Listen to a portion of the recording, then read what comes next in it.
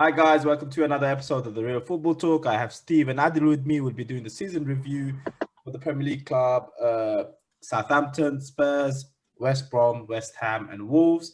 We'll look into how they did in the season, what they need to do next year, who are the best players, and we'll also talk about what grade our panelists think they deserve.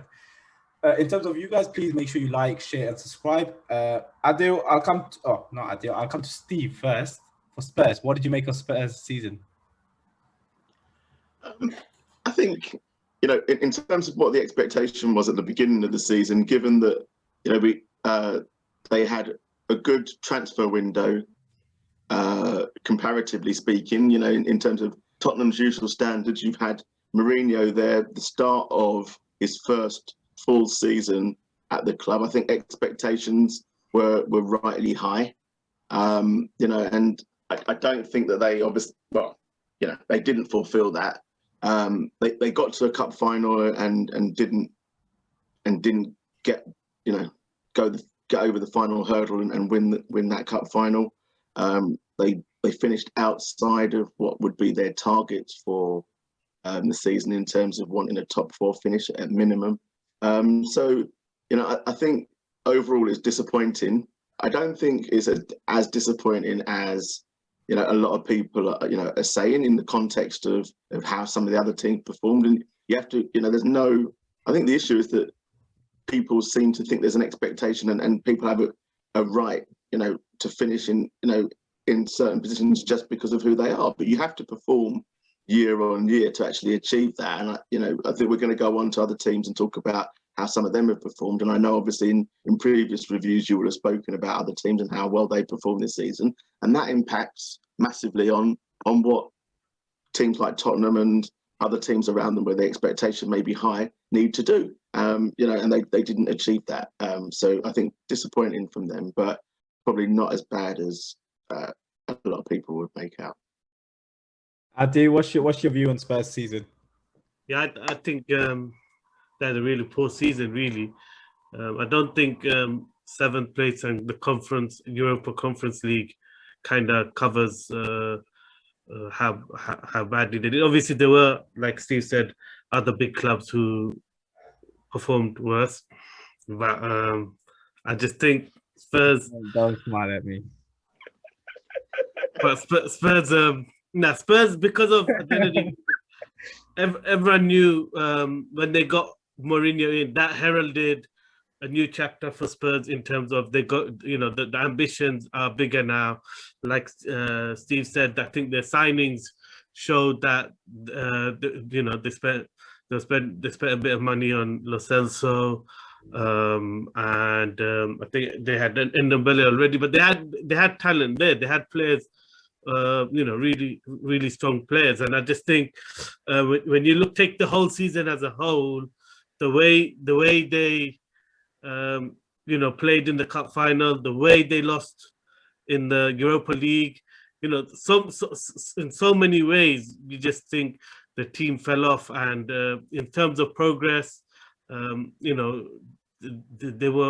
definitely haven't shown that progress that other clubs have shown. And I just think the seventh place kind of papers over. I think their situation is actually worse than the seventh place shows.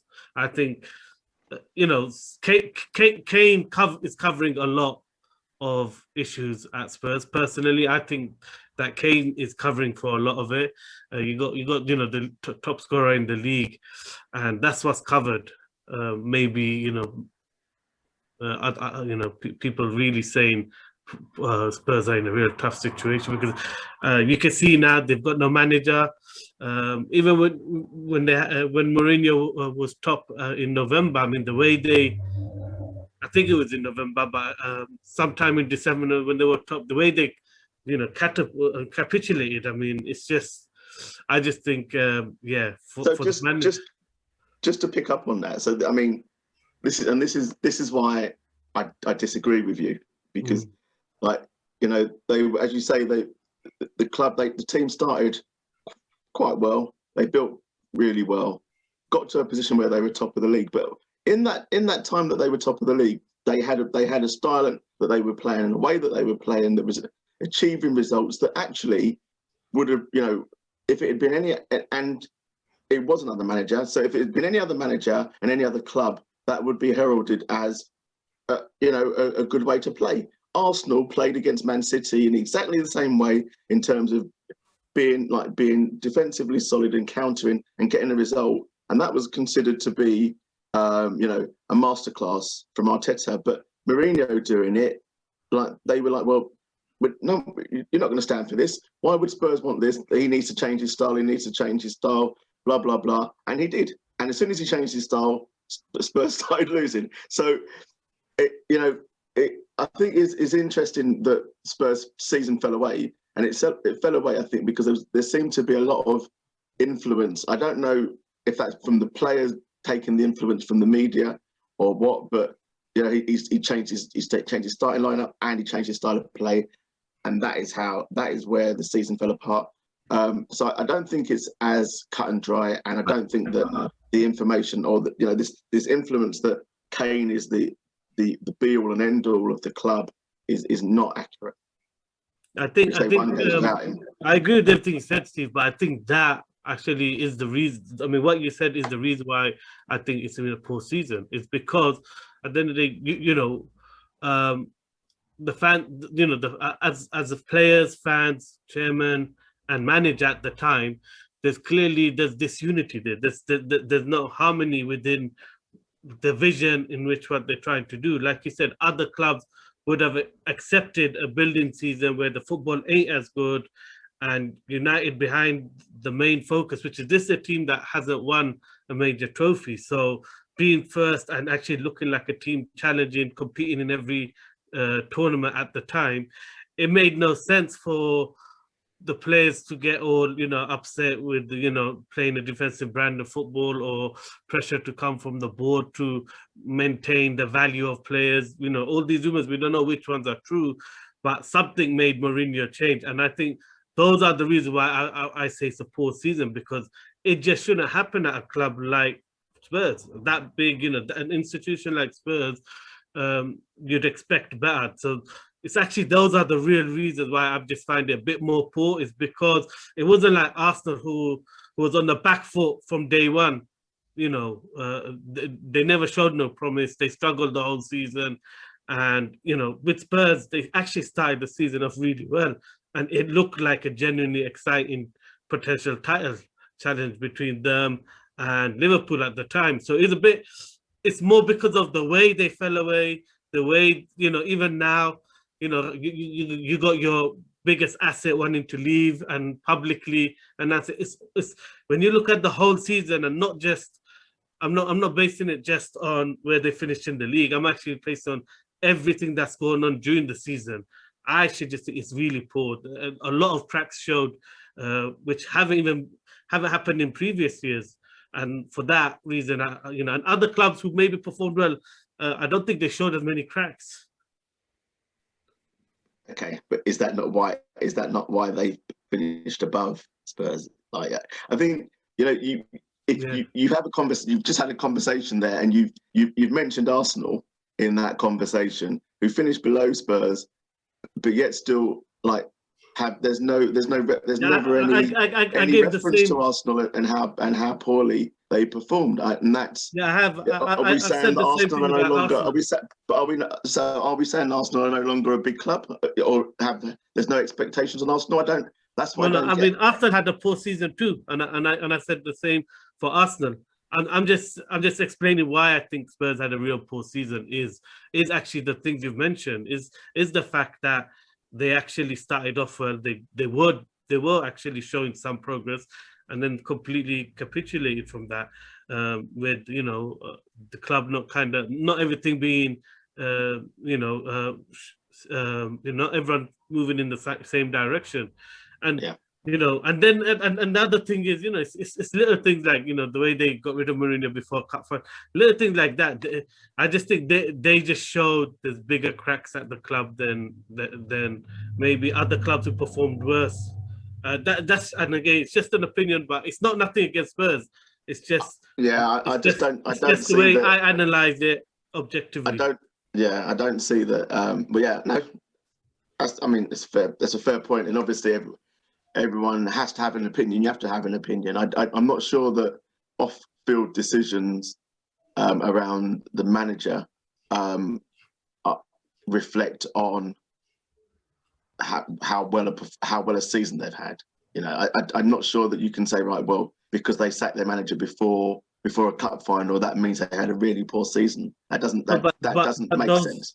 But like you said, the off-field stuff did affect Mourinho in changing his tactics from a defensive setup to an attacking setup. So it does affect the performance of the team, and it's just not the type of thing you'd expect where, especially when you have a manager of the caliber and the credentials of Mourinho, where there's so much pressure for him to change what everyone kind of knew. But then, okay, so if you've got a manager of his caliber, why did he allow himself to be influenced and change his tactics? This is, that's a massive question. You can't, we talk about his caliber and everything, but yet still he allowed himself to change his style of play to the detriment of the club and to the detriment of the on-field performance. And players that were integral to that were dropped out of the team and moved to the periphery and never played again, really. So that has got to be an on-field decision made by the manager. And if he wasn't strong enough to stick by his principles and see them through, then I'm not sure that's an off-field thing. I think that's him. But I think again, these are all rumors. But at the end of the day, I think he was given assurances that he's there long term. So he made the decision just to appease short term, and thinking that he's going to be given the trust to rebuild and really get rid of the people that he feels don't fit in with the mentality that the club needs to progress. And obviously, we don't know if but those are the rumors that's come out from his camp, is that he thought he was going to be given the time to fix things over the summer. He's never been at any club long term. But he's picked Roma. He's picked Roma, and I think he's trying to prove the same thing. He wants to prove that he can be a long term project. And that will end the same way. He's a two season manager, 3 season top. So irrespective of what he says in terms of his camp and everything, because it sounds good for him. Yeah. But irrespective of what he says for his camp, he won't stay anywhere for more than 3 seasons anyway. I think he's trying to, obviously it's clear with his choice of going to Roma, he's trying to prove that he can. Like I said, everyone's gonna wait to see if he can adjust. I mean, at the moment there ain't much faith in it, but all those things are reasons why I just think it's just a poor season because of the optimism that was there at the start. I'm just basing it off what my expectations were of Spurs at the start of the season. I mean, I had them they're gonna, under Mourinho, they're definitely a top 4. That's what I had in my mind at the start of the season because of the Mourinho factor. If we were to look at Spurs and how to improve them for next year, Steve, I mean, in terms of firstly, you need the manager first. Who should they go for? And in terms of players, I mean, which positions do they need to improve on to be that Champions League challenging team again? Okay, so I mean, very quickly, I think in terms of a manager, you're looking at someone who will work with some of the players that are already there. We know that Tottenham don't invest heavily, really, so it will be build money based on getting on sales and then get players in and then work on some of the young players that are in the periphery and play to those players' strengths. And I think that Ten Hag is probably the coach that Tottenham should be focusing on. I don't think Conte is the person. I think, again, he's a Mourinho Mark II in terms of what he would be looking for. So a lot of investment, try and change the structure of the squad. I mean, it'd be good for Tottenham because he changed the mentality of the squad and he'd do that quickly. But he needs a lot of money to do that. And he'd shift a lot of players out, which he needs to do. Change the mentality, get quick results, and potentially, a 2-season turnaround, get them challenging for the league or whatever, getting them winning stuff. But in terms of long term, you're on a cycle where in 2 years' time, you need to do that again, because obviously, as you've seen with him leaving Inter, he needs an assurance of continuous investment for him to be convinced that he wants to stay there. So I think it's going to be someone. It needs to be someone like Ten Hag. Levy came out at the end of the season and said that he wanted to return to what he considered to be the club's DNA in terms of investment in the youth within the club, and trying to play attractive football. So yeah, I see someone like Ten Hag, maybe Potter, although that wouldn't really excite the fans. But I think that he could possibly work with some of the players that are there. But would an appointment like Potter, for example, keep Kane interested and wanting him to stay? So I think those sort of things need to be taken into consideration. In terms of players that need to come in, I think it's centre backs. Defensively, with Tottenham a bit weak at the moment, so centre backs and maybe a creative midfielder. I mean, I was going to say, do you think one of the biggest signing would be keeping hold of Harry Kane? Because obviously he's come out to say that he's going. No, he hasn't come out to say he's going. He said he wants to have a conversation with the chairman.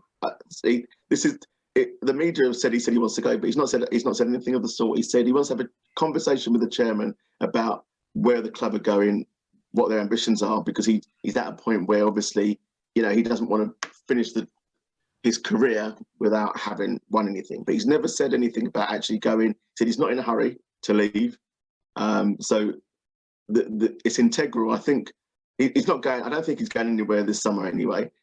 But I do believe that the appointment of the next manager is integral to what happens next summer, because next summer, I think obviously he's 1 year further on. I think he's got 3 years left on his existing contract. He's 1 year further on to that, closer in terms of the club realising his value.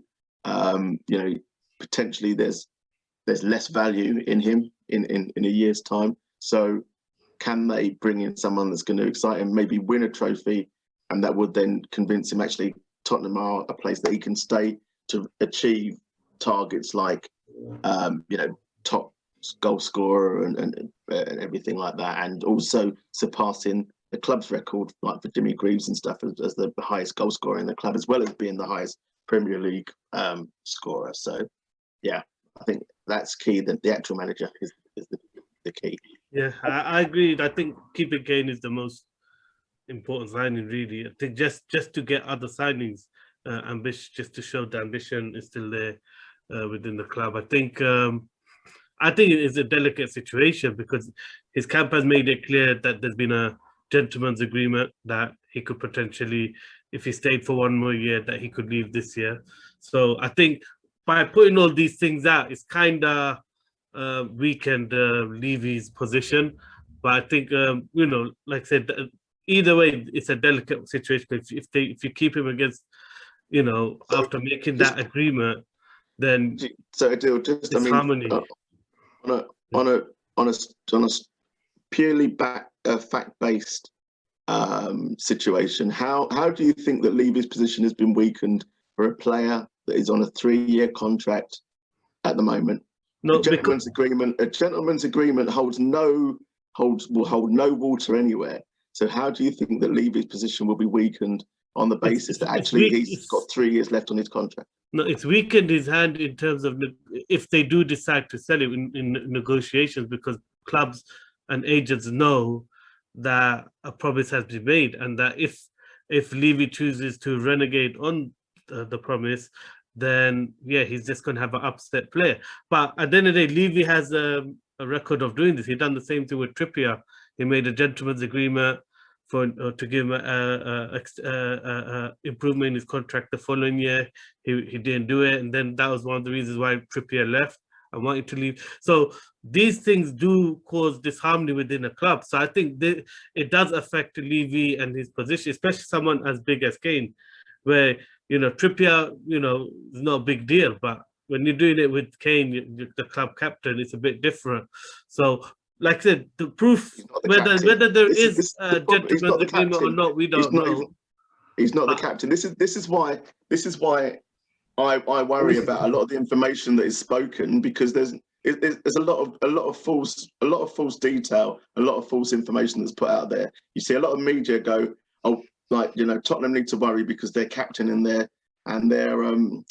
talisman wants to leave. He's not the captain. So if you repeat information that is false information and just keep saying it, then where is the actual genuine information within that on something that people are saying that someone's the captain? Hugo Lloris is the captain, but the point is still the same. He is the you know, for me, in my opinion, he's the biggest leader in the club. He's the, you know, role model. He's the iconic player.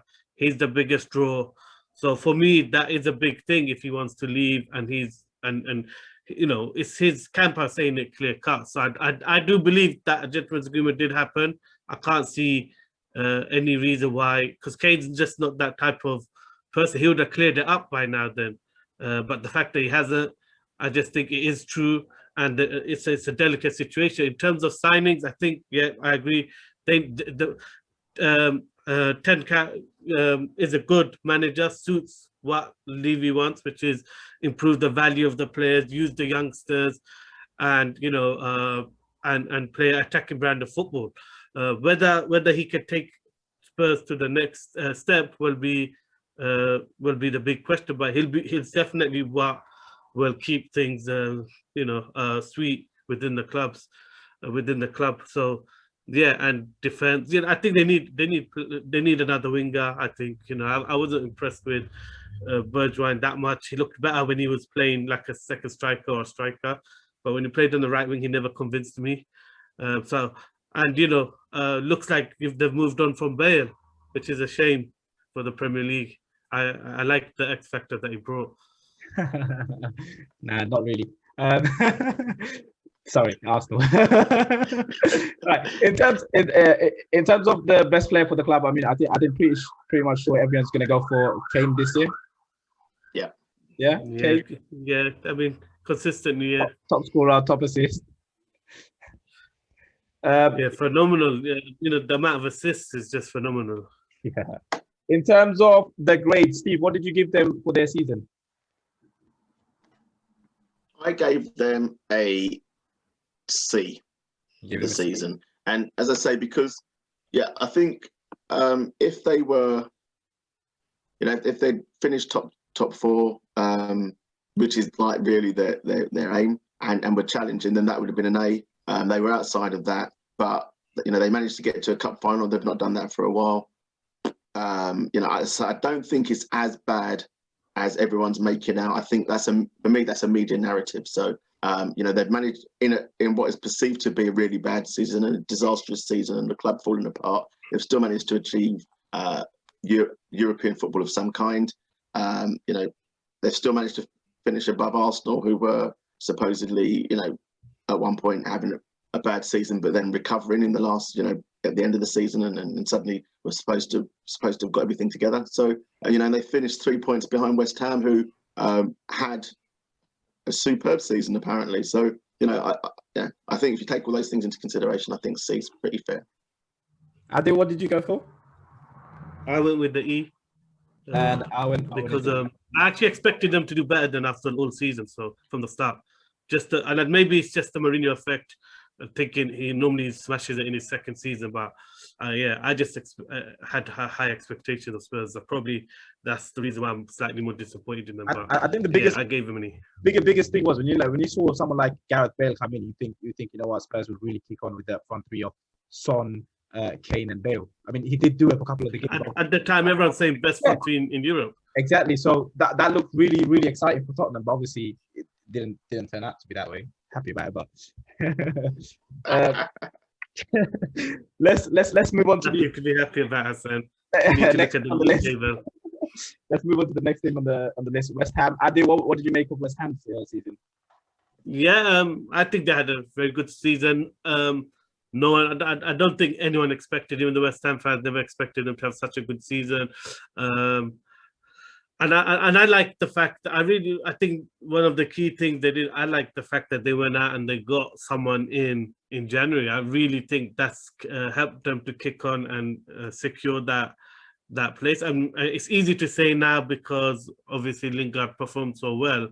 But the thing is, a lot of clubs like Everton, in similar situations, they didn't bolster when they were in a promising situation, and I feel like they paid the price for it because the squad needed that extra energy or new dynamic, or extra competition for places, or just the extra man to cover for injuries. And I think Lingard gave West Ham that. So I think West Ham had a excellent season, both front office and back office, because I think that was really good the way they pushed to get someone in and just kick the season on and kind of maintain the momentum that they had, and they played some good football. I mean, they scored some really good goals. I really like the way they're going, and yeah, I think Moyes is doing what he did with Everton. It looks like he's starting to build a consistent team. But I mean, he brought some fantastic players with Soucek and Koufal. I mean, it really gave that team that stability that they needed, and it went throughout the whole season. They didn't really have any major dips or anything, which was and again signing Jesse Lingard in the middle of January gave them that push that they needed to kind of carry on for the I mean, other than Benrahma, kind of largely a similar squad as well. Yeah, to what the previous managers had. So I mean, Benrahma he was going to need some time anyways, you could tell from the way he was playing to adjust to the Premier League. But you could see towards the end of the season, even Benrahma was, getting more comfortable in the league. Steve, what did you make of the West Ham season? I mean, obviously you said compared it to Tottenham. Yeah, no, I think I think it's a bit unfair to compare it to Tottenham because expectations for clubs would be different, and I think. As Adil said, I think they surpassed expectations really. At the beginning of the season, you wouldn't have thought that they were going to be pushing and challenging and so consistent. And I kind of, in prep for this, I tried to look at their best results and their worst results. And they didn't have a sort of, a best and worst result really. I think, they were consistent across the whole season. I think, the worst result was just the fact that they lost to Everton, I think at a crucial time, that kind of knocked their the flow and the ascendancy. But as you both said, I think the signs they made, Soucek, Benrahma, at time, like these are players that other people would have ignored, other clubs would have ignored. If you speak to fans of say Tottenham or Everton or whatever, you go, well, we're interested in Soucek, and they'd be like, I don't know who he is.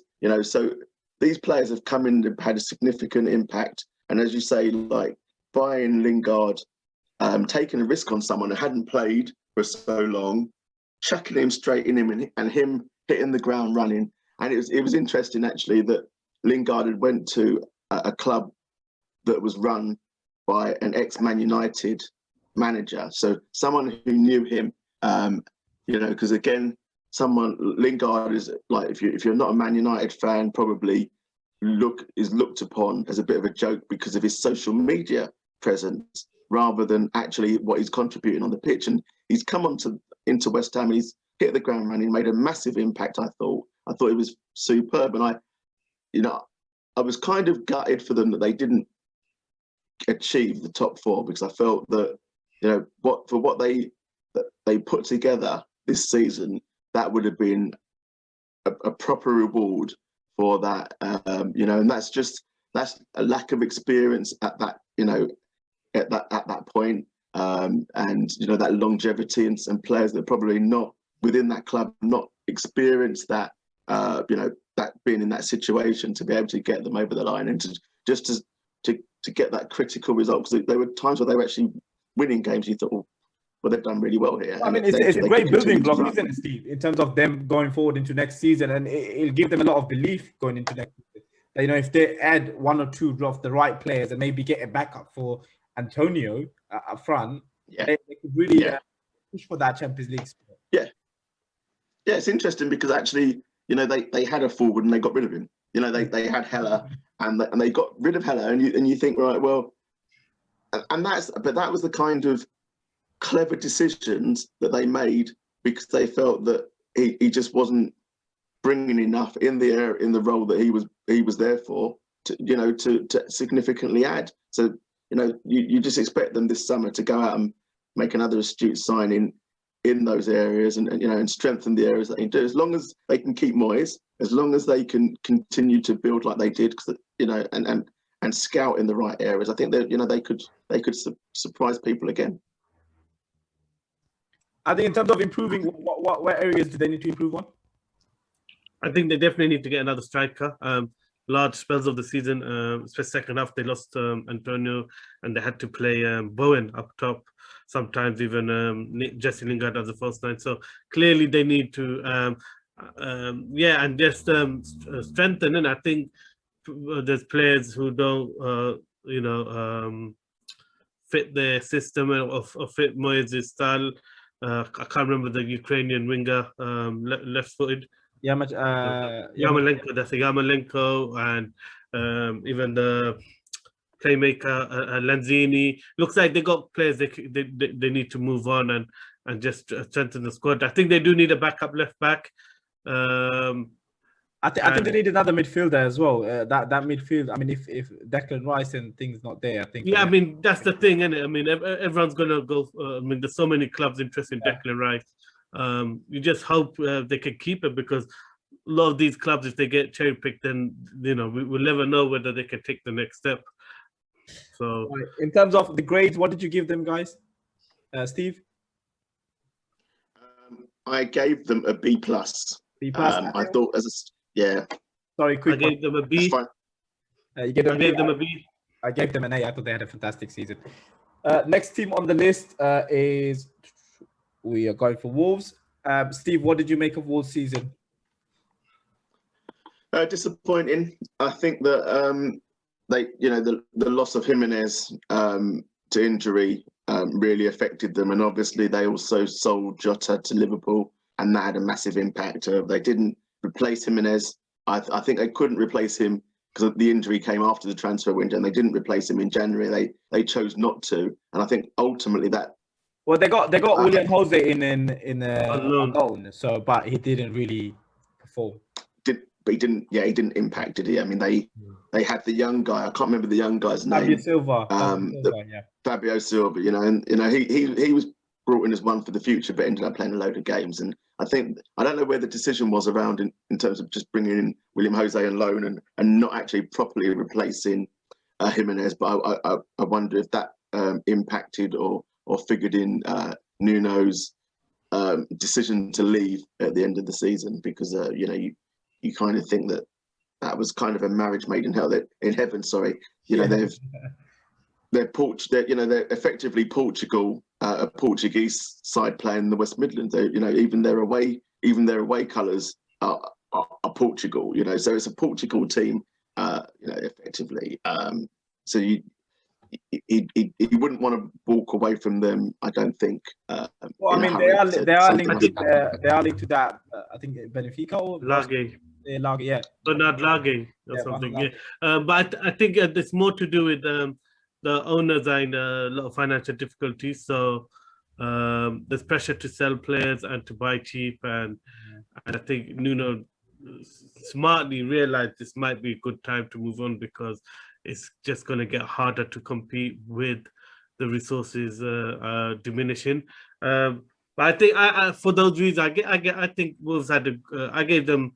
I think they had a good season because of how influential Jimenez is to their whole system, and obviously you can question the plan, the summer signings. So they went and brought a lot of promising young players who kind of weren't ready to fill in as soon as the injuries happened. But because of that, I still think they've done well, because they never were ever really in any trouble in relegation. They always kind of kept it controlled. And I think, considering the loss of Jimenez and how important he is, and what a bad season Traore had until right near the end. I mean, he had a poor season. I just think they've done well to not get stuck into a relegation screen.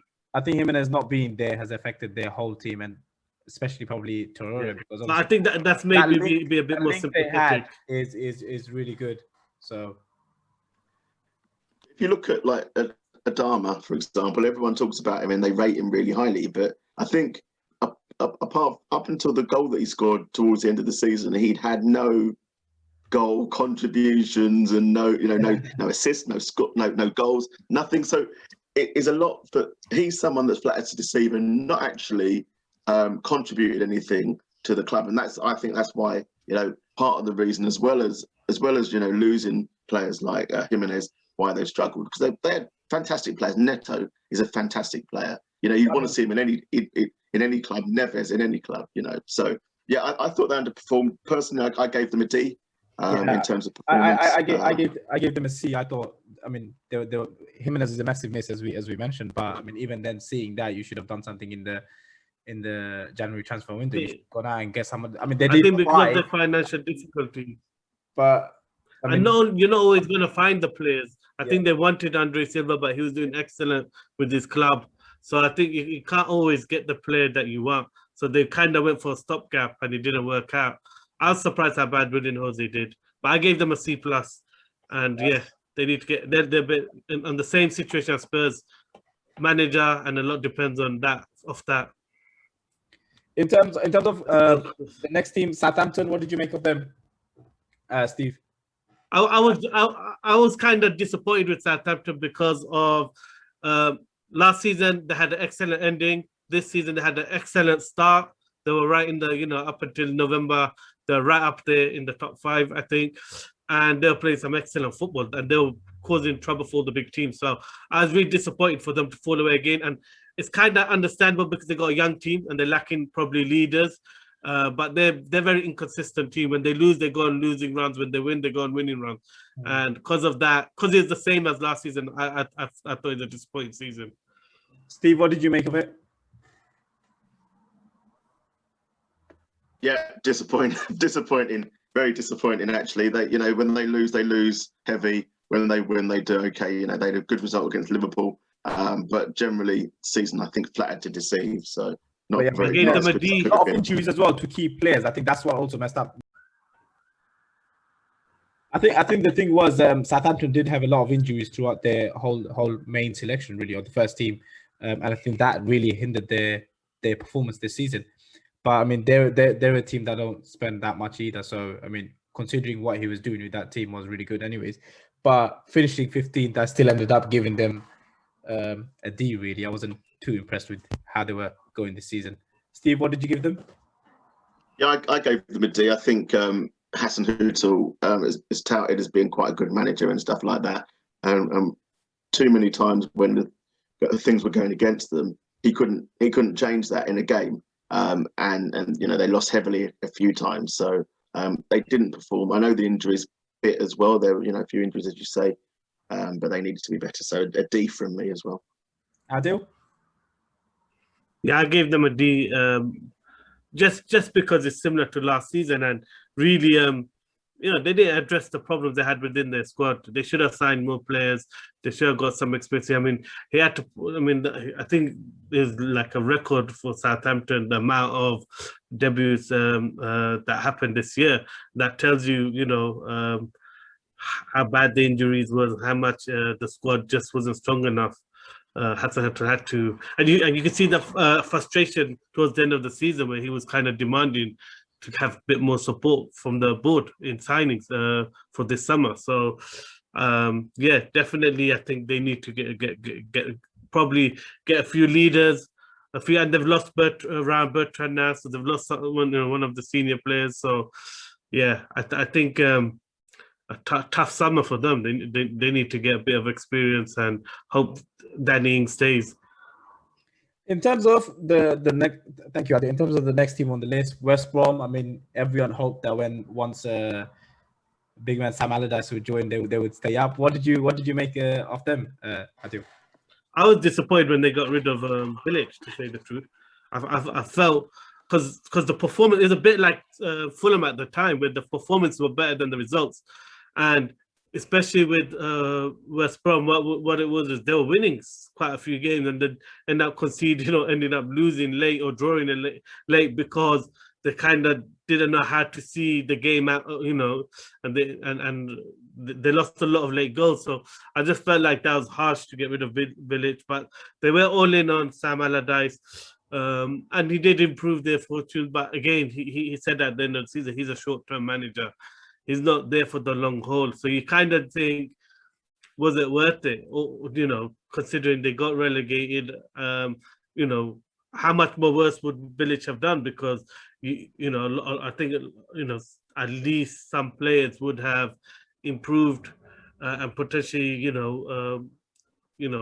being of a better value to the club next season in the Championship. Now they're in a situation where they're looking for a manager and they're looking for someone to lead their whole project again. And it needs to be someone who can get out of the Championship. So it might have been better just to do what Burnley did when they got down, or what Norwich did when they went down, which is stick with your manager. You know he's good enough to win the Championship, and rebuild. Sometimes you need to get promoted twice to actually have a chance to build a squad to compete in the Premiership. So yeah, I think they had a poor season and they made bad decisions. Even though Sam Allardyce did improve certain things in terms of results, we don't know if Bilic could have done that himself. What's your thought on them? I have to agree with Adil. I think in terms of getting rid of Bilic, I think that was probably a mistake. What I'm pleased about, and I know a West Brom fan, so I don't say this nice. I don't say this kindly, but I'm pleased that Sam Allardyce has finally had a situation where him coming in hasn't actually rescued the team and hasn't, led to them being saved, because, as you say, at the end of the season, he said he's a short-term manager, but he would only have been a short-term manager because they got relegated and he just didn't fancy the situation in the Championship. Now, if West Brom had stayed up, would he have said he was a short-term manager, or would he have loved the trappings and the environment of being still in the Premier League? So I'm hoping that this sees the end of a situation where clubs are struggling, feel that they need a change, and just constantly revert to the same coaches constantly to get them out of a situation, and then 3 months down the line, having kept them in the Premier League, 3 months down the line, when they're struggling again, they get sacked, and then wait for the next opportunity to come up. So let's see if that changes that cycle. I'm certainly happy with that too. That's Sam Allardyce actually finally got relegated, because hopefully, because there's so many good young managers out there, and you just think when you see. Especially like it was frustrating to see, like not that I've got anything against it, but certain managers, even when they got relegated, they were still getting preferred for jobs over more up and coming like managers like Mark Hughes and I know who's another one that even though Paul Lambert, they get relegated with clubs and they still get given Premiership jobs, and it's like that cycle where you just think. Yeah, you think about West Brom itself. If you think about West Brom themselves, when they got relegated last time, they had in the first season, I think just before they got relegated, it's either just before they got relegated or as soon as they were started in the Championship, they had Darren Moore in charge there, young up and coming black manager who used to play for the club legend, and he had them, I think, in the playoff places, but that wasn't. Yeah, with the game in hand. That didn't meet the manager, the chairman's expectations, and they sacked him. So with all due respect, I think they've got everything that they kind of deserve, because they're going down a route that they shouldn't really be going down. Really, you have to understand your environment and what your investment is, and just be realistic. About no doubt you spoke about Brighton in the past and spoke about Graham Potter, but Graham Potter's come in and is playing free-flowing football and all this sort of stuff, and is being lauded for it, but finished one place above the position that Chris Hughton did, and got sacked for being too conservative with his approach. So appreciate who you are and your environment and what actually constitutes success for your club. And another thing to add is Bilic. They didn't support Bilic in the summer, and he was really upset with the signings and the lack of signings, especially defensive signings. So, I just think, West Brom probably didn't give themselves a good enough chance with the signings they did make. What did you give them, guys? Steve? I gave them an F. I gave them an F. I gave them an F as well. I gave them an F. And in terms of their player, one player I just loved watching all season, Diangana. I just thought, what a player. I mean, not Diangana, sorry. Matthias Pereira is the person. Yes, I meant to say Pereira. What a player. And I'll be surprised if we don't see him in the Prem next season. I'm sure someone will go for him. Yeah. He's too good for the Championship. Thank you both. Sorry, just having some technical issues. But thank you both for coming on today. I look forward to seeing you soon. Adil, Steve, see you soon. Guys, make sure you like, share, subscribe as always, and thank you for watching.